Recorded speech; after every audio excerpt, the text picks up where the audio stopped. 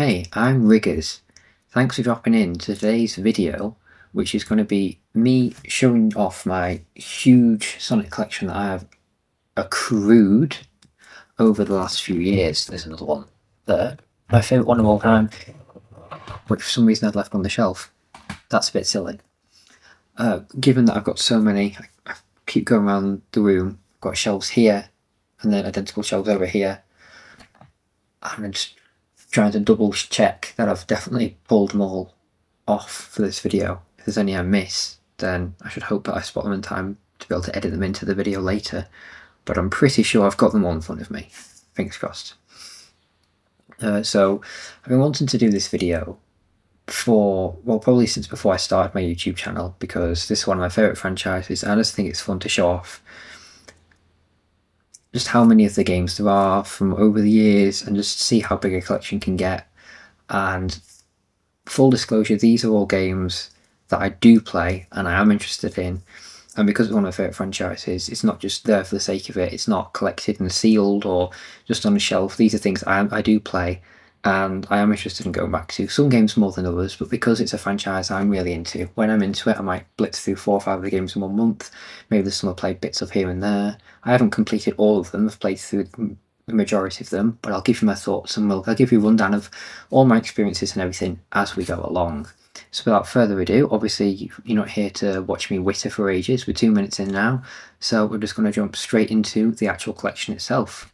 So I'm just going to go straight ahead and we're going to get straight into the first game, which is Sonic and Mario at the Winter Olympics. In all its lovely DS glory. The adventure mode of this game is a lot of fun. My copy comes with this little manual. I won't be showing off the insides of all the games because that's a waste of time. I've got a loose copy of the first Olympic game as well.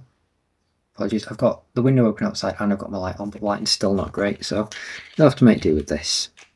But yeah, so I've got the Winter Olympic game and the Summer Olympic game. They're both really good. I haven't played either of the Wii versions. I grew up with the DS ones. Oops, just threw it on the floor. But I think they're both great games. The Winter Olympic version definitely, because it's adventure story mode, and I just really like all their different events, like the skeleton, the luge, the ice hockey, and whatever else. They're great games, and they really make use of the DS's stylus and the microphone capabilities, so they're a lot of fun. Next we've got Sonic the Hedgehog for the Game Gear, which is a fun game. Quite like this one. Maybe if I hold up like that, it looks better than lighting. Well, that's good there. We'll do it like that. I'm not, like I said, I'm not going to get all the bits out, but this is a fun 8-bit experience. Unless you're like a really big nerd like me, you don't need to really bother with getting all these individual copies. Never mind getting the original box Japanese copies, even though they've got such cute little dinky boxes. I look how tiny they are, they're so cute. But it's much better to play nowadays those games on Sonic Origins Plus, or just through the gems and mega collections on the PlayStation 2 and Xbox and GameCube. So I wouldn't recommend buying them individually, unless you're a huge fan. Sonic and Tails 2, which is known as Triple Trouble in the Rest of the World. Fang, one of my favourite characters, I think he's got a really cool design, and it's cool, even though Sonic Superstars was a bit crap, it's cool that he made a comeback in that. So Sonic Triple Trouble, that's a fantastic game. I know there's a lot of people who are quite passionate about that one. Sonic Labyrinth, something I've never really admittedly played that much of, but it's an interesting one to own. I got all these box Game Gear games in one single bundle a few years ago. But yeah, that's Labyrinth. Quite nice condition. These are the ones. The only one that's a bit worn down is that Sonic the Hedgehog 1-1. Anyway, Sonic Drift, which was a Japan exclusive game. The rest of the world got a game called Sonic Drift Racing, which is actually Sonic Drift 2, but not the first Sonic Drift, not until, again, those PlayStation 2, Xbox, GameCube compilations in the 2000s, and in more recent years, the Sonic Origins Plus. Here's one that not many people really know about or really care about. Sonic Chronicles: The Dark Brotherhood, developed by BioWare. The game, I mean, production-wise, it is pretty shocking. I love turn-based JRPGs, so a Sonic turn-based JRPG should be absolutely my thing, but I mean, it's so low budget, the characters don't even have voices. They all have the same weird sort of guttural grunt. Like every single character, regardless of gender, just sort of goes, it's weird. The dialogue, as you'd probably hope for, though, is quite cool. You can choose to be horrible with or flirt with different characters, and it's quite cool to have that character emotional depth for a Sonic game. But it does have some annoying quick time moves. The way combat plays isn't very cool because you have to to defend, you tap the screen or whatever it was, and I'm just not a fan of it. It's a very interesting idea and a cool concept, bogged down with a lot of irritating mechanics. I'm just not a fan of it at all. Apologies for all these Game Gear ones to start with. They're just the ones that are closest to me. This is Sonic and Tails. No, it's not. It's Sonic the Hedgehog 2. It just says Sonic and Tails. Not to be confused with Sonic and Tails. Yay! So this is Sonic the Hedgehog 2, but not actual Sonic the Hedgehog 2.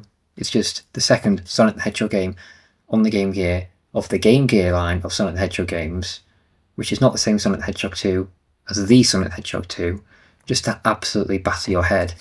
And it says Sonic and Tails there, but that's just background decoration and not the actual Sonic and Tails, which you'll know as Sonic Chaos. And I'm just going to leave that there because I've fried my own brain now. Fun. Let's get the last Game Gear one out of the way, or at least of the box ones.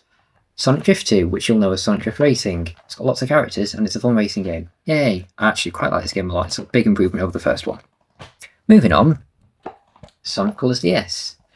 Also known as Sonic Rush Colors by some, because it's made by Dimps, and it's essentially a third Rush game, but based around the aesthetic of Sonic Colors. This is one of the few I haven't played at all in my collection, so I'm quite excited to eventually dive into that. Sonic Rush Adventure. Wow, this game took me a while to basically... I think I basically did 100% this game. I absolutely poured my time into this. I loved it. You've got these jet ski sort of boss battles and some really beautiful aesthetics of again, the lighting's being a cunt, but you can see you've got a nice pirate ship, underwater aesthetics, and you got this guy, Captain Whiskers, and Johnny something. Or is it Johnny Whiskers? Oh no, I've forgotten. Hang on, the manual should help me out. Hopefully it'll tell me characters in the manual. Then I don't appear stupid. Okay, yes. Johnny and Captain Whisker. Captain Whisker. They are the characters. And there's also this bitch. I mean, she's never appeared again, so... I don't know what tells you about that particular character. Sonic Rush.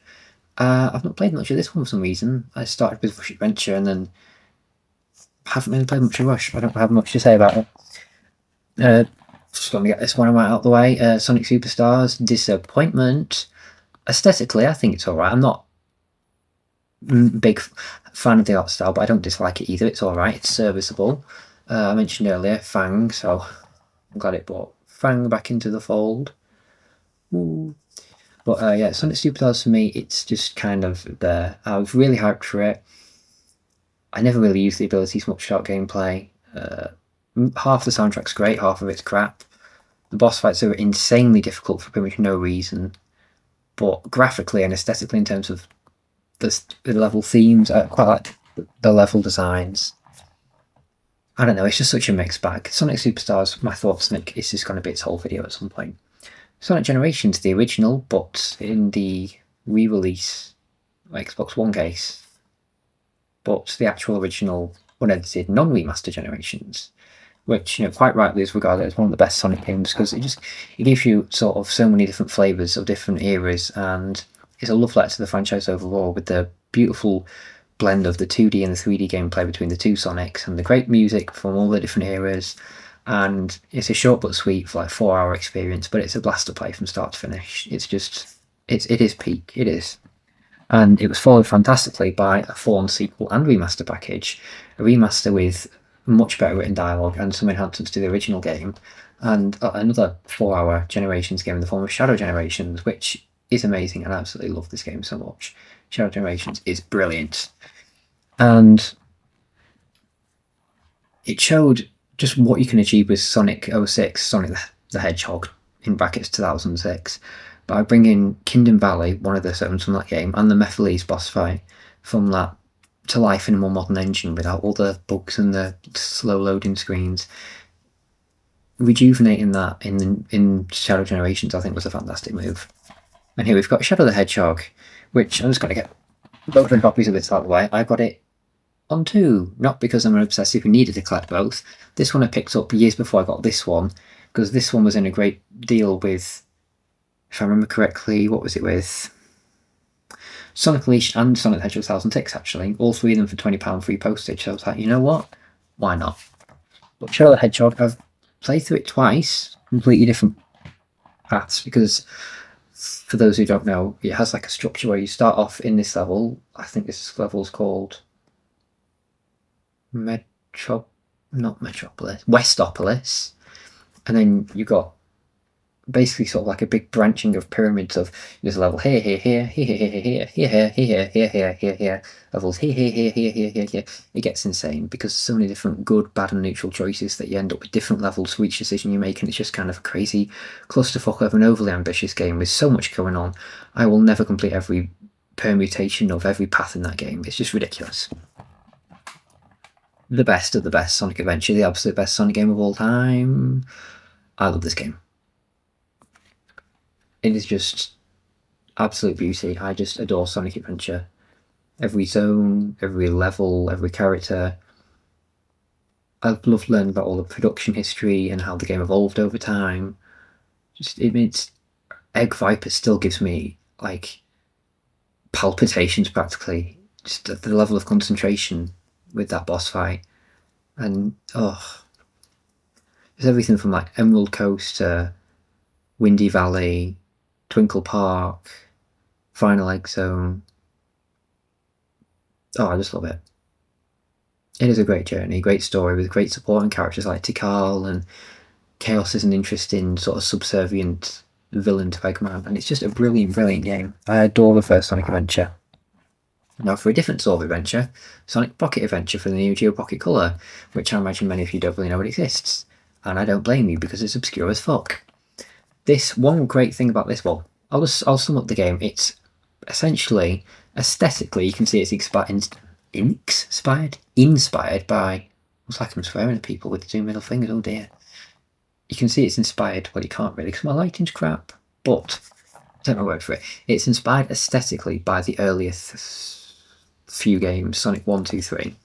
It's got music that's inspired by those games as well, sort of different remixes of them. And you can see modern Eggman on the back. And what the game does is, for the first half of the game, it'll have old Eggman style, and then all of a sudden Eggman changes to its more modern style, which is really cool because you're doing boss fights against like both versions of Eggman. So it sort of transitions from the old to the modern era. I believe this was developed by Dimps as well, so the same people as Sonic Rush games, correct me if I'm wrong. But it's a fantastic game. I don't really have as much to say about these, so I'm just going to show both of these at the same time.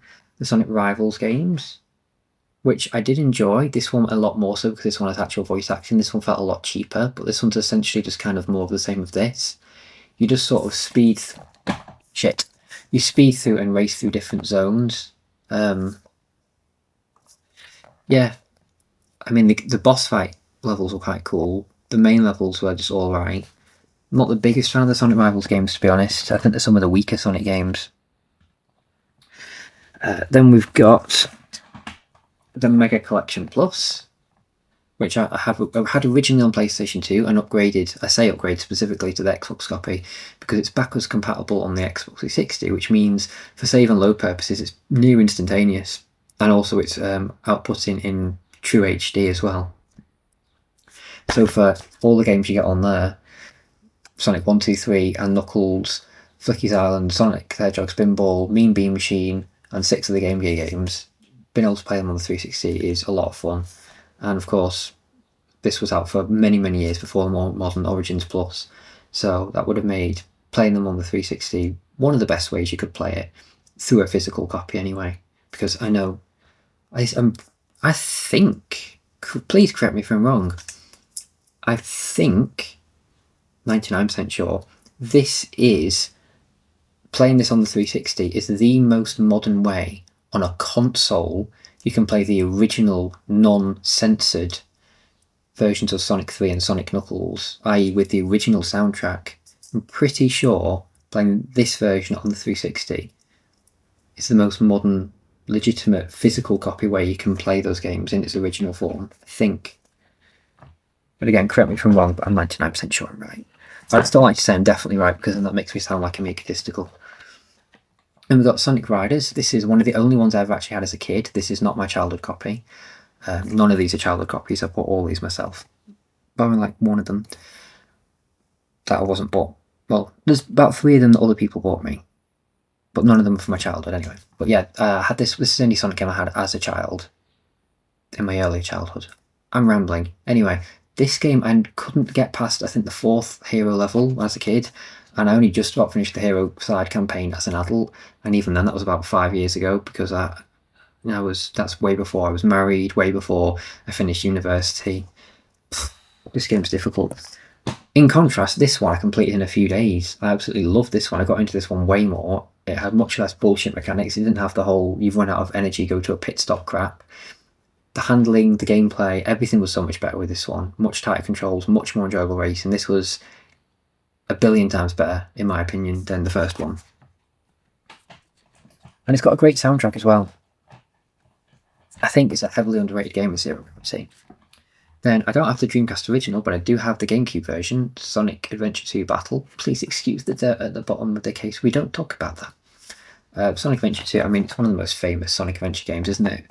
It's got a great theme tune, Live and Learn, the iconic City Escape music. It's got a great variety of track levels up to a point, but then it just goes space, space, space, space, space, which is annoying, but I do kind of like that final story with 3 players, the 5 characters, and they're all taking it in turns to do sort of work towards the same goal, and it brings the hero and dark stories together, and there's a nice sort of full circleness to that, and I do like the game. Sega Mega Drive Classics, which includes Sonic 1, 2, 3D Blast, and Spinball. Just a compilation. Very nice one. I mentioned it a few times in this video, Sonic Origins Plus, which I have the physical copy of, and it comes with actual true native hardware running remasters of Sonic 1, 2, 3 and CD, and includes the 12 Game Gear games via a digital code. So if you buy a pre-owned copy of this physically, you're not getting those Game Gear games, which is stupid, and I disagree with it. And it's in contrast to what we did with this game, Sonic Mania Plus, which has the DLC on disc. Sonic Mania is a pretty good game, quite rightly regarded as one of the best in more recent years. It had a lot of love poured into it, and they've made extra effort to put in some more obscure characters, and it has lovely, gorgeous artwork, great soundtrack, and it's significantly better than Sonic Superstars in terms of more modern 2D games. And around about the same time came out Sonic Forces, which I've played through twice to completion, just the main story. It's okay. I don't vehemently hate it. I'm not delusional enough to actually be in love with it, but I think it's an acceptable Sonic game. Of course, your mileage may vary with whether you want to actually spend time with a game that's just acceptable. I would say don't really bother with it unless you're an actual big Sonic fan, because if you just sort of casually want to play some of the games, I would definitely recommend avoiding that one, because it just doesn't really have a lot going for it. There's not much substance to it. It's kind of skin deep and largely quite easy, to be honest. Maybe for a younger audience to start out with the Sonic game, maybe that's a good one actually, but I wouldn't recommend it. And I wouldn't recommend this one. I think probably this is the shittest Sonic racing game. Sonic R might be clunky as fuck, only have 4 tracks, and I mean it kind of runs practically 15 FPS or whatever, but I just think this one's so bland and generic, and I don't like the team-based mechanic. You can finish first, and if your teammates who in your team finish 13th and 14th, then you could lose the whole race or even the whole championship, even if you as a player have won first. I think it's a stupid mechanic. The story was just told in Microsoft PowerPoint slides. It had full voice acting though, which was surprising, but it felt like it was made on a wafer-thin budget, and it had ideas that outstretched the execution.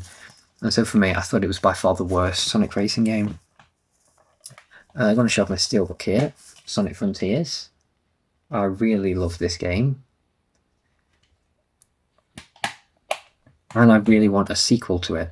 I think the 3D gameplay, open world gameplay, I thought it was a lot of fun. I thought it was a great sort of refresher and boost for the franchise. And I thought it was, yeah, I thought it was quite a good time.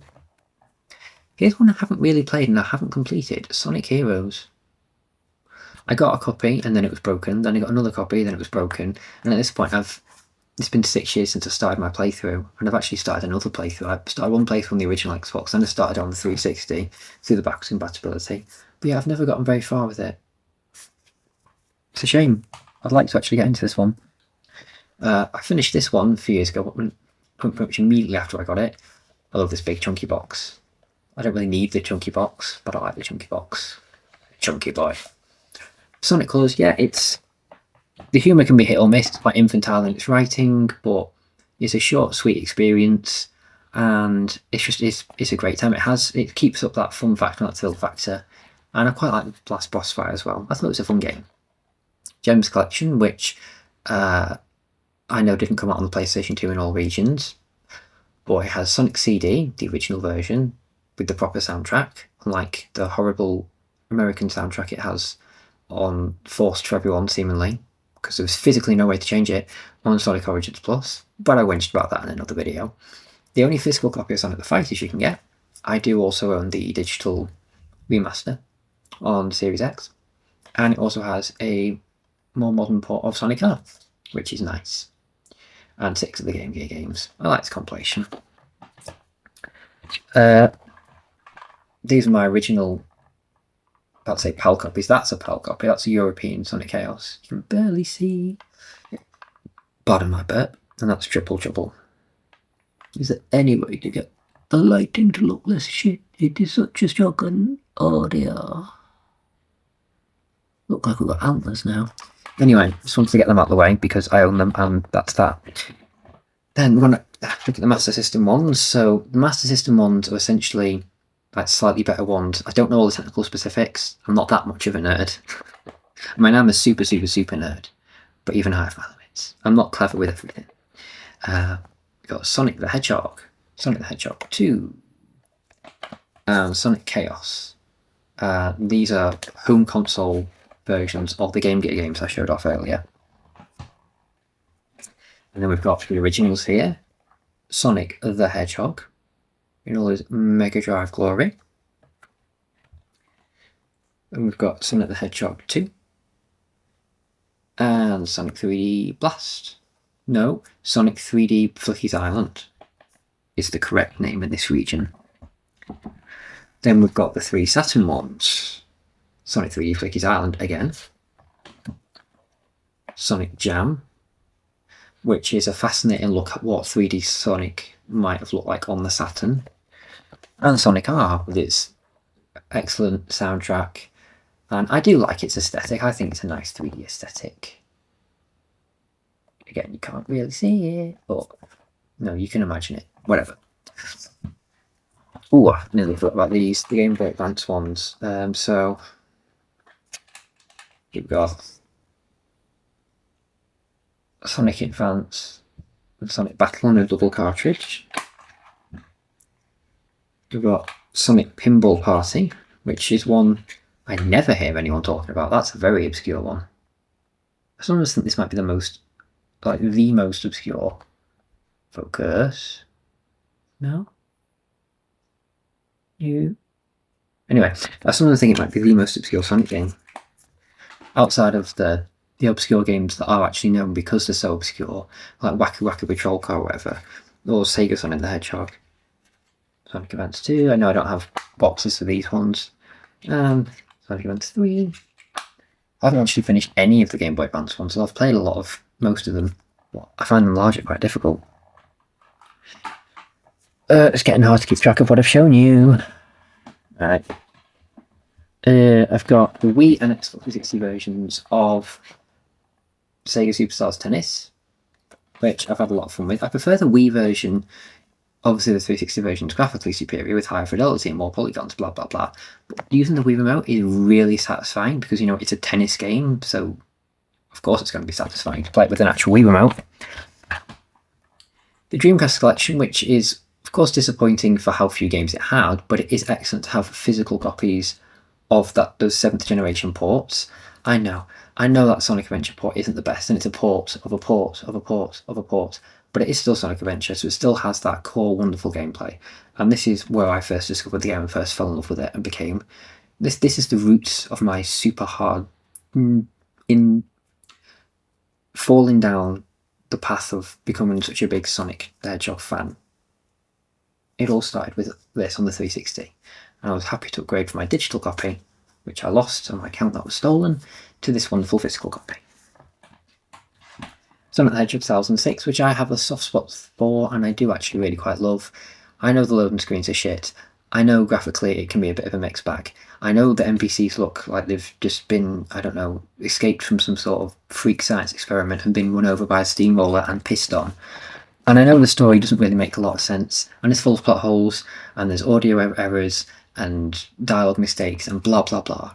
I still have a soft spot for it. I didn't grow up with it, but I think the ambition sort of shone through more for me, and I did quite warm to the idea of it. Yeah, I had fun with it. Sonic Racing Lost World, which I thought was a lot better than Sonic Racing Transformed. For me, my favourite racing game is still Sonic and Sega All-Stars Racing, but this was certainly a massive, massive improvement over Team Sonic Racing. I highly recommend you pick up Sonic Racing Cross Worlds. It was a lot of fun, just disappointing with the DLC characters not having any voices. But I do love the cross-world mechanic. But though I do wish there was a normal racing mode as well, constantly not being able to just do... And I know that's the game's gimmick, but sometimes I would just like to do 3 laps of one track. Because that middle race, you're never going to get to do 1 lap of. You can't just do 3 laps of that, so you barely see the middle tracks. Sonic and Racing All-Stars Transformed, which is a lot of fun. Yeah, it's a perfectly great follow-up with the transforming vehicles gimmick, playing boat, and all that stuff. Not as iconic as the first game is to me, and the soundtrack's not as good, I don't think, compared to this one, which is the absolute GOAT in my eyes, the best Sonic racing game of all time. And this is right up there with me, with Mario Kart Double Dash as my 2 favourite kart racer games of all time. This is the best version because it comes with Banjo-Kazooie, your avatars, and when the DLC was still available, to buy legitimately anyway, you could also get Metal Sonic and Ryu Hazuki from Shenmue in his forklift truck. So with my version, with this one, I have 4 additional characters compared to when I play it on Steam. Sonic Unleashed, I bought all the DLC for this a few years ago. I've not really played much of it though. I mean, I played it growing up. I have a lot of childhood memories of this one. I've only ever got like halfway through the game. I like the globetrotting aspect of it. Of course, it's called Sonic World Adventure in Japan, its original release. It technically is one of the adventure games. But yeah, I'm a big fan of the Warhog stuff. I know that's kind of a Marmite thing. Some people like it, some people don't. But being an RPG type guy myself, liking that sort of beat 'em up gameplay, I do really like the Warhog levels. And it looks like we're on to the last stretch of stuff now. Half an hour in, Christ almighty. Let's speed through these ones. So I've played quite a bit of this one, still haven't finished it. I'd be really into it for a few days, then not play it for ages. I think the last time I played it was December 2024. Wow. But I really quite like this one. I had the 3DS one originally, then got rid of it, and then ended up with this one. And I do like it. I need to finish it off. It's got a good variety of sports in it. But I don't like, for the main story, you just play as a Nintendo Mii character. You don't actually play as the Sonic characters, which is kind of defeating the purpose of a Sonic and Mario game. You just play as a generic Mii. It's a bit weird. I haven't played this winter one, but I do love the original winter one. So even if this one's just mediocre, as some people seem to call it, I think I'll have a lot of fun with it because I really like the actual winter events. So I'm looking forward to that. And let's face it, it's one of the few Wii U exclusives still. It needs to be good to validate my purchase. Sonic Lost World. I played through this to completion on the PC years ago, and I've played through some of this physical copy. I do like Sonic Lost World. I think it has a really strong first third, an alright second third, and the last third is just painful and I don't like it. But again, I'll save my true opinions for that on another video. I went into this with an open mind. I did enjoy some parts of it, but it's just largely mediocre. I mean, I went into wanting to love it, but it kind of just falls flat on its face. And I don't really blame the developers fully, because I know there's a lot of other things involved with that, but yeah.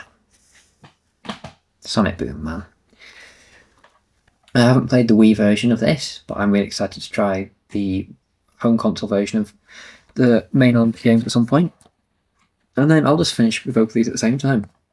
The storybook games as they know, Secret Rings and Black Knight. I've played some of the Secret Rings, haven't touched Black Knight, but I'm curious to play through these as well because they're part of that second generation of the 3D universe with the 4Kids voice cast. And they're always nice to hear again because I grew up with Sonic X and I love that anime. I also love Sonic Underground, apart from the clickbait of they made a vow their mother will be found, as the theme tune says. Then they never bloody found their mother. That might be the earliest example of me ever getting clickbaited, that, watching bloody Sonic Underground. Anyway, I'm pretty sure that's all my Sonic games that I own. I do love the franchise quite a lot, and it's really great to play the games up and down the eras, 2D, 3D, the good, the bad, and the ugly. I think that the shit games are an interesting example. They're interesting to look at from a historical curiosity aspect. They're objectively bad pieces of media, but they're interesting to look at and like just experience and just sort of have as part of a collection or just see from a historical point of view. But yeah, let me know what your collections are like. Physical, digital, how much or little do you have? What's your experience like with the Sonic Hedgehog games? What do we think about the franchise at the moment? I think the franchise these past couple of years has been in a really strong place, with Shadow Generations and Racing Cross Worlds doing really good, and Frontiers as well a few years ago. So I'm hopeful, fingers crossed, for some really positive stuff in the next couple of years as well. Hopefully something this year, but I wouldn't mind if they had a gap year. They've had pretty much near consistent yearly releases since 2021. There's been at least one release every year, whether it be a remaster, compilation, or a new game, whatever it may be. But yeah, I love the Sonic Hedgehog games, and I've had a lot of fun building up this collection over the past few years with all my spare money that I set aside doing my job, and I've just really enjoyed building up this collection, and I love the games very much, and I don't have anything else to say other than that. Thank you for watching. I've enjoyed wittering away, and I'll see you in the next video. Take care, and see you next time.